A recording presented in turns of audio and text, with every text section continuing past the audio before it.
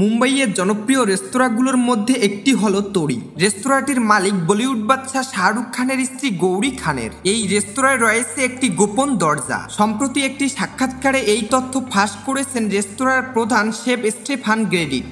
এই গোপন দরজা শুধু খান পরিবার ও নির্দিষ্ট কিছু তারকাদের ব্যবহারের জন্য বরাদ্দ। হিন্দুস্তান টাইমসের এক প্রতিবেদনে এই তথ্য উঠে এসেছে। স্টেফান গ্রেডিট বলেন, এই গোপন দরজা দিয়ে শুধু খান পরিবারের সদস্যরাই যাওয়া আসা করেন। খান পরিবারের বাইরে খুব কম মানুষই এই পথের অনুমতি পান।